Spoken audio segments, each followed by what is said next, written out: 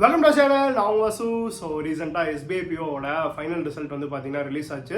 So நிறைய பேர் வந்து கிளியர் பண்ணிட்டேன் அப்படின்ற மாதிரி வந்து இன்ஃபார்ம் பண்ணியிருந்தாங்க. ஸோ உண்மையிலே கேட்கறதுக்கு ரொம்ப சந்தோஷமா இருந்துச்சு. ஏன்னா இந்த மாதிரி வந்து ஒரு எக்ஸாம் கிளியர் பண்ணிட்டு இன்ஃபார்ம் பண்ணுறப்போ அது எனக்கு வந்து ஒரு மோட்டிவேஷனாக இருக்கும். ஓகே, நம்ம வந்து இவ்வளோ நாள் ஏதோ சூப்பராக பண்ணியிருக்கோம் அப்படின்ற மாதிரி. ஸோ அதனால எந்த எக்ஸாம் கிளியர் பண்ணாலும் மறக்காம வந்து பார்த்தீங்கன்னா இன்ஃபார்ம் பண்ணுங்க.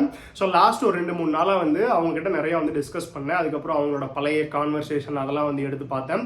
அதுக்கப்புறம் ரீசெண்டாக வந்து அந்த எஸ்பிஐபிஓ கிளியர் பண்ணி யூடியூப்ல நிறைய இன்டர்வியூஸ்லாம் வந்து தமிழ் அவ்வளோவா வரல, நார்த் இந்தியா அந்த மாதிரி வந்துருச்சு. ஸோ அந்த இன்டர்வியூஸ்லாம் பார்த்தேன்.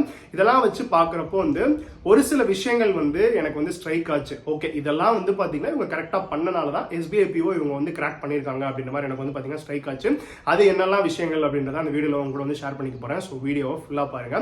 ஸோ சிம்பிளாக சொல்லணும்னா ஒவ்வொரு இன்டர்வியூவாக போய் பார்க்குறதுக்கு அந்த இன்டர்வியூலாம் அவங்க காமனாக சொன்ன நிறைய விஷயங்கள் எல்லாம் வந்து பார்த்தீங்கன்னா இந்த வீடியோவில் நான் வந்து உங்களுக்கு வந்து கொடுக்க போகிறேன். ஸோ இது நாட் ஒன்லி எஸ்பிஐபிஓ கிளியர் பண்ணுறதுக்கு மட்டும் இல்லை, எல்லா எக்ஸாம் கிளியர் பண்ணுறதுக்கு இது வந்து பார்த்தீங்கன்னா உங்களுக்கு வந்து ஹெல்ப்ஃபுல்லாக இருக்கும். ஏன்னா எஸ்பிஐபிஓ டஃபஸ்ட் எக்ஸாம், அதை அடிக்கவே ஒரு ஸ்ட்ராட்டஜி ஹெல்ப்ஃபுல்லாக இருக்குன்னா கண்டிப்பாக அது கீழே இருக்க ஐபிபிஎஸ் பிஓ, ஆர்ஆர்பிபிஓ, கிளர்க் எல்லாமே அடிக்கிறதுக்கு வந்து ரொம்ப ஹெல்ப்ஃபுல்லாக இருக்கும். ஸோ அது என்னென்ன விஷயங்கள் அப்படின்றத வீடியோ ஃபுல்லாக பார்த்து தெரிஞ்சுக்கோங்க.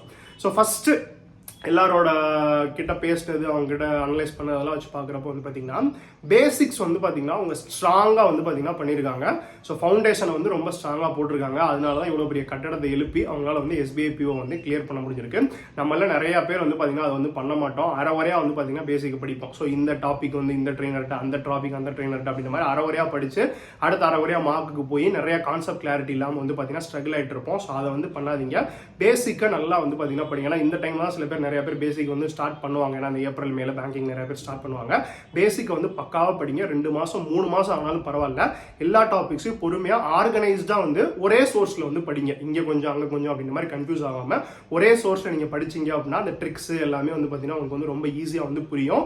ஏன்னா இந்த கான்செப்ட் கிளாரிட்டி வந்து பிரிலிம்ஸ்ல உங்களுக்கு ஹெல்ப் ஆகுதோ இல்லையோ, மெயின்ஸ்ல கண்டிப்பா வந்து பாத்தீங்கன்னா ஹெல்ப் ஆகும். ஏன்னா பிரிலிம்ஸ்ல வந்து பாத்தீங்கன்னா ஒரு ஸ்பீட் இருந்தா நம்ம வந்து போட்டுடலாம், ரொம்ப கான்செப்ட் கிளாரிட்டிலாம் தேவைப்படாது. பட் மெயின்ஸ்ல நீங்க போறீங்க அப்படின்றப்போ வந்து கான்செப்ட் கிளாரிட்டி வந்து ரொம்ப வந்து முக்கியம் எதிர்பார்ப்பாங்க. ஸோ அதுக்கு நீங்கள் பேசிக் வந்து பார்த்தீங்கன்னா தரவாக லேர்ன் பண்ணணும். நிறைய பேர் சொன்னது. ஸோ பேசிக் நான் தரவாக படிச்சனால தான் மெயின்ஸில் வந்து பார்த்தீங்கன்னா நிறைய கஷ்டமான சம்லாம் வந்து கொஞ்சம் ஈஸியாக என்னால் அப்ரோச் பண்ண முடிஞ்சு அப்படின்ற மாதிரி வந்து சொன்னாங்க. ஸோ அதனால வந்து பேசிக் வந்து பொறுமையாக லேர்ன் பண்ணுங்க. அரைகுறையாக படிச்சுட்டு போயிட்டு அடுத்த ஸ்டெப்புக்கு போகாதீங்க. நீங்கள் பேசிக்கை நல்லா படிச்சிங்க அப்படின்னாலே 50% வந்து பார்த்தீங்கன்னா எக்ஸாம் கிளியர் பண்ண மாதிரி தான். அதனால பேசிக்காக பொறுமையாக படிங்க. ஸோ அடுத்ததாக வந்து பார்த்தோம்னா எல்லாரும் வந்து காமனாக சொன்னது வந்து பார்த்தோம்னா இங்கிலீஷ் வந்து அவங்களுக்கு வந்து ரொம்பவே வந்து ஹெல்ப்ஃபுல்லாக இருந்திருக்கு. ஸோ நாட் ஒன்லி கிளியர் பண்ண எஸ்பிஐபிஓ மட்டும் இல்லை, எல்லா எக்ஸாம்லையும் வந்து இங்கிலீஷ் தான் உங்களோட ஸ்கோரை வந்து பார்த்தீங்கன்னா நல்லா பூஸ்ட் பண்ணியிருக்கு அப்படின்ற மாதிரி வந்து சொன்னாங்க. நம்ம லாஸ்ட் இயர் நிறைய எக்ஸாம்ஸ் எடுத்து பார்த்தோம்னாலே நமக்கு வந்து தெரிஞ்சிருக்கும் இங்கிலீஷ் தான் கொஞ்சம் ஈஸியாக வந்திருக்கும். ஸோ மற்ற செக்ஷனை கம்பேர் பண்ணுறப்போ இங்கிலீஷ் ஈஸியாக வந்து பார்த்தீங்கன்னா கேட்டிருப்பாங்க. அதெல்லாம் நிறைய பேர் வந்து ஸ்கோர் பண்ணியிருப்பாங்க. ஸோ இப்போ இங்கிலீஷ் ஈஸியாக வருது அப்படின்னா அது ஒரு அரைவரையாக வரவன், எனக்கு வந்து கொஞ்சம் தான் வரும் அப்படின்றவன் ஒரு 15 மார்க் எடுக்கிறான்னா அது சூப்பராக வரும் அப்படின்றவன் வந்து 25-30 மார்க் எடுத்து அவன் வந்து பீட் பண்ணிட்டு போயிடும். ஸோ இப்போ நமக்கு வந்து ரீசெண்டாக வந்து இங்கிலீஷ் தான் ஈஸியாக கேட்டுட்டு இருக்காங்க. அதுதான் வந்து ஸ்கோர் வந்து பார்த்தீங்கன்னா ஒரு பெரிய டிஃபரன்ஸ் காட்டுறதுக்கு வந்து ஹெல்ப்ஃபுல்லாக இருக்குன்றப்போ அந்த இங்கிலீஷ்க்கு வந்து பார்த்தீங்கன்னா நல்ல எஃபர்ட்டை போட்டு அதுக்குன்னு தனியாக இம்பார்ட்டன்ஸ் கொடுத்து வந்து படிங்க. நம்மளால நிறைய பேர் இங்கிலீஷ் வந்து பார்த்தீங்கன்னா படிக்கிறதே கிடையாது.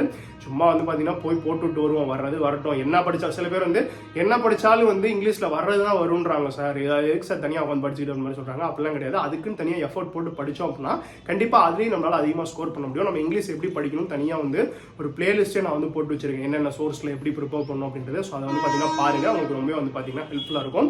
ஏன்னா அடுத்து வரப்போறது அடுத்து 1 year 2 yearல வந்து இங்கிலீஷ் தான் வந்து நீங்க கிளியர் பண்ண போறீங்களா இல்லையா அப்படின்றத வந்து டிசைட் பண்ண போற ஒரு மேஜர் ஃபேக்டரா வந்து இருக்க போகுது. ஸோ அதனால அதுக்கு நல்ல எஃபர்ட்டை போட்டு வந்து படிங்க. ஏன்னா நமக்கு ப்ரீவியஸ் இயர்ஸ்ல கூட கரண்ட் அஃபேர்ஸ் கூட கொஞ்சம் ஈஸியாக கேட்டிருந்தாங்க. இப்போ அதுவுமே கொஞ்சம் கஷ்டமாக தான் கேட்கறாங்கன்றப்போ மெயின்ஸ்லாம் நமக்கு பார்த்தாலே தெரியும். ஐபிபிஎஸ்பிஓ, எஸ்பிஐபிஓ மெயின்ஸ்லாம் வந்து ரொம்ப கஷ்டமா இருக்கும். ரீசனிங் கான்செப்ட் தொடவே முடியாது. ரொம்ப செலக்டிவாக தான் நம்மளால வந்து பார்த்தீங்கன்னா அடிக்க முடியும். ஸோ அதனால இங்கிலீஷை நல்லா ஃபோக்கஸ் பண்ணுங்க. இது வந்து உங்களுக்கு டிஸ்கிரிப்டிவ்லி ரொம்ப ஹெல்ப்ஃபுல்லாக இருக்கும். ஸோ டிஸ்கிரிப்டிவ்ல அந்த வேர்ட்ஸ் ஃபார்மேஷன் பண்ணுறது, சென்டென்ஸ் ஃபார்ம் பண்ணுறதுக்குலாம் வந்து நீங்கள் லேர்ன் பண்ணிக்கிற இங்கிலீஷ் வந்து ரொம்ப ஹெல்ப்ஃபுல்லாக இருக்கும். அதில் இங்கிலீஷ்க்கு தனியாக ஃபோக்கஸ் கொடுத்து வந்து படிங்க. ஏன்னா அடுத்த வருஷம் பேங்க் எக்ஸாமில் அதுதான் வந்து மேஜர் டிசைடிங் ஃபேக்டராக இருக்க போது நீங்கள் எக்ஸாம் கிளியர் பண்ண போறீங்களா இல்லையா அப்படின்றதுக்கு. ஸோ அடுத்தது வந்து என்ன அப்படின்னா நிறைய மெயின்ஸ் மார்க் அவங்க வந்து எடுத்திருக்காங்க. ஸோ இந்த ஒரு தப்பையும் நம்ம நிறையா பண்ணுவோம். ப்ரிலிம்ஸ் மார்க் ஓகே நம்ம நிறைய எடுப்போம். ஒரு நாளைக்கு வந்து 5 மார்க் 6 மார்க் 7 மார்க் கூட எடுப்போம். பட் மெயின்ஸ் அப்படின்னு வரப்போ வந்து எதுக்கு 2.5 மணி நேரம் போய் மார்க் எடுக்கணுமா அப்படின்ற மாதிரி யோசிச்சுட்டு வந்து பார்த்தீங்கன்னா எடுக்கவே மாட்டோம். எடுத்தாலும் அதை ப்ராப்பராக அனலைஸ் பண்ண மாட்டோம். ஆனால் SBIPO கிளியர் பண்ண நிறைய பேர் சொன்னது வந்து மெயின்ஸ் மார்க் நான் நிறையா போட்டேன் சார் அப்படின்ற மாதிரி வந்து சொன்னாங்க. ஸோ அதனால வீக்லி வந்து ஒரு 2-3 மெயின்ஸ் மார்க்காவது வந்து எடுத்து அதை நல்லா ப்ராப்பராக அனலைஸ் பண்ணுங்க. மெயின்ஸ் மார்க் எடுக்கும்போது தான் வந்து அந்த ரியல் மெயின் எக்ஸாமோட பயம் வந்து பார்த்தீங்கன்னா நமக்கு வந்து போகும். ஸோ இங்கே வந்து நிறைய எடுத்து பழகிட்டோம்னா அப்படியே 10ஓட 11 அங்கே போய் வந்து பார்த்தீங்கன்னா போட்டு வந்துடலாம். எக்ஸாமில் எப்படி எடுப்பீங்களோ அதே மாதிரி. ஸோ செக்ஷன்லாம் ஸ்கிப் பண்ணாமல், ரீசனிங் வரமாட்டேங்குது உடனே ஸ்கிப் பண்ணுறேன், இங்கிலீஷ் வந்து வரமாட்டேங்குது ஸ்கிப் பண்ணுறேன், கரண்ட் அஃபேர்ஸ் மூடி ஸ்கிப் பண்ண இல்லாமல் ரியல் எக்ஸாமில் எப்படி வந்து 2-2.5 மணி நேரம் உட்காந்து மெயின்ஸ் மார்க் போடுவீங்களோ அதை வந்து பார்த்தீங்கன்னா போடுங்க. எல்லா எக்ஸாமுக்கும் அப்படி SBIPOக்கு, IBPS POக்கு, கிளர்க்கு எல்லாத்துக்குமே வந்து மெயின்ஸ் மார்க் நிறையா எடுங்க. அதுதான் வந்து பார்த்தீங்கன்னா உங்களுக்கு அந்த கொஸ்டின் செலெக்ஷன் பண்ணுறதுக்கு ரொம்ப ஹெல்ப்ஃபுல்லாக இருக்கும். ஸோ அந்த டைமுக்குள்ளே வந்து எது வந்து பார்த்தீங்கன்னா தொட வேண்டிய கொஸ்டின், எது வந்து ஸ்கிப் பண்ண வேண்டிய கொஸ்டின் அப்படின்ற எபிலிட்டி உங்களுக்கு வளர்த்துக்கிறதுக்கு வந்து அந்த மெயின்ஸ் மார்க் ரொம்ப ஹெல்ப்ஃபுல்லாக இருக்கும். ஸோ SBIPO கிளியர் பண்ணவங்க சொன்னது அதான், மெயின்ஸ் மார்க் நிறையா வந்து பார்த்தீங்கன்னா வந்து போட்டிருக்காங்க. ஸோ அதனால் மறக்காம வந்து மெயின்ஸ் மார்க் நிறையா எடுக்க ட்ரை பண்ணுங்க. ஸோ இப்போ இருந்தே வந்து பார்த்தீங்கன்னா நிறையா எடுங்க. ஸோ நான் இன்னும் ப்ரிலிம்ஸே பாஸ் பண்ணல, அதுக்கு சார் மெயின்ஸ் மார்க் அப்படின்ற மாதிரி யோசிக்காமல் ப்ரிலிம்ஸ்க்கு வந்து டெய்லி 3 மார்க் போடுறீங்க அப்படின்னா மெயின்ஸ்க்கு வந்து வாரத்துக்கு அட்லீஸ்ட் வந்து பார்த்தீங்கன்னா ஒரு 2-3 மார்க்கால் போடுற மாதிரி வந்து ப்ராக்டிஸ் பண்ணிக்கோங்க. கண்டிப்பாக வந்து சீக்கிரமாக நீங்கள் எக்ஸாம் கிளியர் பண்ணுறதுக்கு அது ரொம்ப வந்து ஹெல்ப்ஃபுல்லாக இருக்கும்.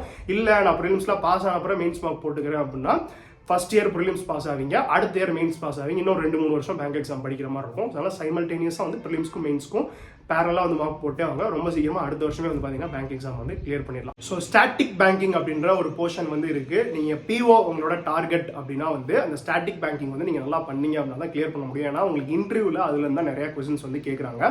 ஸோ மெயின்ஸில் நிறையா வராது. ஸோ சும்மா 2-3 கொஸ்டின் கேட்டு விட்டுருவாங்க. பட் இன்டர்வியூ அப்படின்னு போகிறப்போ வந்து மற்ற கொஸ்டின்ஸ்க்கு நீங்கள் ஆன்சர் பண்ணல அப்படின்னாலும் அதை வந்து பெருசாக எடுத்துக்க மாட்டாங்க. பட் ஸ்டாட்டிக் பேங்கிங்லேருந்து ஒரு கொஸ்டின் வருது, அதை நீங்கள் ஆன்சர் பண்ணல அப்படின்னா அது வந்து பார்த்தீங்கன்னா கொஞ்சம் வந்து வெயிட்டேஜ் அதிகமாக உள்ள ஒரு போர்ஷன் அப்படின்னு வச்சுக்கலாம். ஏன்னா அது வந்து பார்த்தீங்கன்னா நீங்கள் நல்லா ஃபோக்கஸ் கொடுத்து வந்து படிங்க. ஸ்டாட்டிக் பேங்கிங் இக்னோர் பண்ணாதீங்க. ஸோ இதெல்லாம் வந்து பார்த்தீங்கன்னா கரெக்டான டைம், எக்ஸாம் இல்லாத டைம் வந்து பார்த்தீங்கன்னா நல்லா படிச்சு வந்து அதை வந்து ஸ்ட்ராங் பண்ணிக்கோங்க. அது எப்படி படிக்கணும், எங்கே படிக்கணும் அப்படின்றது எல்லாமே வந்து பார்த்தீங்கன்னா நம்ம ஒரு பிளேலிஸ்ட் போட்டு கொடுத்துருக்கோம். ஸோ அதை வந்து பார்த்து ஸ்டாட்டிக் பேங்கிங் நல்லா தரவு பண்ணிக்கோங்க. ஏன்னா வந்து officer level exams RRB PO, IBPS PO, SBIPO இன்டர்வியூவில் அது வந்து பார்த்தீங்கன்னா உங்களுக்கு ரொம்ப வந்து ஹெல்ப்ஃபுல்லாக இருக்கும். ஆஃபீஸர் லெவல் எக்ஸாம் என்னோட டார்கெட் அப்படின்னா கண்டிப்பாக ஸ்டாட்டிக் பேங்கிங் படிக்காமல் உங்களால் வந்து பார்த்தீங்கன்னா கிளியர் பண்ண முடியாது. ஸோ அதை வந்து பார்த்தீங்கன்னா நல்லா தரவு பண்ணி வந்து படிச்சுக்கோங்க. ஸோ இதுக்கப்புறம் எல்லாருக்கிட்டையும் பேசினது வச்சு ஒரு விஷயம் நான் தெரிஞ்சுக்கிட்டது காமனாக என்ன அப்படின்னா, அவங்க வந்து ஒவ்வொரு எக்ஸாம் கிளியர் பண்ணாமல் போகிறப்பையும் வந்து பார்த்தீங்கன்னா கான்ஃபிடென்ட்டாக அடுத்தடுத்த எக்ஸாம்ஸ்க்கு வந்து பார்த்தீங்கன்னா மூவ் ஆன் ஆயிருக்காங்க. ஸோ இதில் சொன்னதில் நிறைய பேர் வந்து பார்த்தீங்கன்னா RRB PO கிளியர் பண்ணல, RRB கிளர்க்கு கிளியர் பண்ணல, IBPS கிளர்க்கு கிளியர் பண்ணல, IBPS PO கிளியர் பண்ணல, பட் இருந்தாலும் அடுத்தடுத்து போவோம் அப்படின்ற மாதிரி. ஸோ ஒவ்வொரு கதவும் அவங்களுக்கு மூடும் போதும் வந்து பார்த்தீங்கன்னா சின்ன கதவு மூடினா அடுத்து பெரிய பெரிய கதவை போய் தைரியமாக போய் வந்து பார்த்தீங்கன்னா தட்டியிருக்காங்க. ஸோ அதனால தான் வந்து பார்த்தீங்கன்னா RRB கிளர்க்கு, RRB PO இந்த மாதிரி சின்ன சின்ன கதவுலாம் வந்து அவங்களுக்கு திறக்கலனாலும் அவங்க ஸ்ட்ராங்காக தட்டினால பெரிய கதவான SBIPOவே வந்து பார்த்தீங்கன்னா அவங்களுக்கு வந்து திறந்துருச்சு. ஸோ அதனால வந்து சின்ன சின்ன கதவே நம்மளால திறக்க முடியல, நம்ம போய் எப்படி பெரிய பெரிய கதவை திறக்கிறது அப்படின்ற மாதிரி நீங்கள் இல்லாமல் நம்மளால வந்து பார்த்தீங்கன்னா கண்டிப்பாக முடியும், இவ்வளோ நாள் எஃபர்ட்டை போட்டிருக்கோம் முடியும் அப்படின்ற மாதிரி வந்து பார்த்தீங்கன்னா ஒவ்வொரு கதவு மூடும் போதும் அடுத்தடுத்த கதவை ஸ்ட்ராங்காக தட்டிகிட்டே போனீங்கன்னா 3 கதவோட பெரிய ஒரு கதவு உங்களுக்கு வந்து பார்த்தீங்கன்னா திறக்கும். ஸோ அதுக்கு வந்து பார்த்தீங்கன்னா ஒரு பெஸ்ட் எக்ஸாம்பிள் வந்து என்கிட்ட பேசின ஒரு திருச்சியிலேருந்து வந்து பார்த்தீங்கன்னா ஒருத்தர் பேசினார். அவர் சொன்னார், அவர் சொன்னது தான் RRB கிளர்க்கு RRB PO கிளியர் பண்ணாமே வந்து பார்த்தீங்கன்னா ரொம்ப ஃபெட்டப்பாக இருந்தேன் சார். ஆனால் நீங்கள் ஒரு வீடியோவில் சொல்லியிருந்தீங்க என் ஃப்ரெண்ட்ஸ் RRB PO கிளர்க் கிடைக்காம SBIPO பாஸ் ஆயிருக்காங்கன்னு, இப்போ நானுமே அந்த மாதிரி பாஸ் ஆயிருக்கேன் சார் அப்படி மாதிரி வந்து சொன்னார். ஸோ அந்த பர்டிகுலர் டே தான் நமக்கு வந்து பார்த்தீங்கன்னா நல்லா அமைஞ்சிச்சு அப்படின்னா சூப்பராக எல்லா எக்ஸாம்னாலும் நம்மளால வந்து பார்த்தீங்கன்னா கிளியர் பண்ண முடியும். அதனால ஒவ்வொரு சின்ன சின்ன கதவு மூடும் போதும் அவ்வளோதான் மூடிடுச்சு அப்படின்னு இல்லாமல் அடுத்த பெரிய கதவை தைரியமாக போய் ஸ்ட்ராங்காக தட்டுங்க. கண்டிப்பாக அந்த கதவு வந்து உங்களுக்காக திறக்கும். அடுத்த வருஷமே நம்ம வந்து பார்த்தீங்கன்னா ஏதாவது ஒரு எக்ஸாம் கிளியர் பண்ணி வந்து போயிடுவோம். ஸோ அவ்வளோதான். ஸோ இந்த விஷயங்கள் தான் வந்து பார்த்தீங்கன்னா அவங்க கூட ஷேர் பண்ணிக்கணும் அப்படின்னு மாதிரி எனக்கு வந்து தோணுச்சு. ஸோ அதுக்கப்புறம் நிறையா பேர் வந்து பார்த்தீங்கன்னா ரொம்ப பக்கத்தில் வந்துருச்சு IBPS PO கிளர்க்கோட ரிசல்ட் அப்படின்ற மாதிரி எக்ஸைட்டடாக வந்திருக்காங்க. ஸோ எனக்குமே வந்து பார்த்தீங்கன்னா ரொம்ப எக்ஸைட்டடாக இருக்குது. ஸோ எவ்வளோ பேர் கிளியர் பண்ண போகிறாங்க அப்படின்னு தெரிஞ்சுக்கிறதுக்கு. ஸோ ரொம்ப பக்கத்தில் வந்துருச்சு, இன்னும் ஒரு 5 நாள் தான். ஸோ ஒரு பதட்டமாகவே வந்து பார்த்தீங்கன்னா இருக்கும். ஸோ ஒன்றும் ஃபீல் பண்ணாதீங்க, எது வந்தாலும் பார்த்துக்கலாம். ஸோ நம்ம ரிசல்ட் சாதகமாக வந்தாலும் சரி பாதகமாக வந்தாலும் சரி, சாதகமாக வந்தால் ஓகே நம்ம ப்ரிப்பரேஷன் ஸ்டாப் பண்ண போகிறோம். ஒரு வேளை பாதகமாக வந்துச்சுன்னா இன்னொரு 3-4 மாதம் படித்து அடுத்து வேறு எக்ஸாம் கிளியர் பண்ண போகிறோம், அவ்வளோதான். ஸோ அதனால் ரொம்ப ஒரி பண்ணிக்காதீங்க, ஃப்ரீயாக இருங்க. இன்னும் ஒரு 5 நாள் தான், சீக்கிரமாக வந்து பார்த்தீங்கன்னா ரிசல்ட் வந்து வந்துடும். ஸோ அதுக்கப்புறம் நிறையா பேர் வந்து பார்த்தீங்கன்னா இன்ஃபார்ம் பண்ணுங்கள். நான் அது எனக்கு வந்து பார்த்தீங்கன்னா ஒரு நல்ல மோட்டிவேஷனாக இருக்கும் அப்படின்னு சொல்லிட்டு இந்த வீடியோ வந்து முடிச்சுக்கிறேன். நன்றி.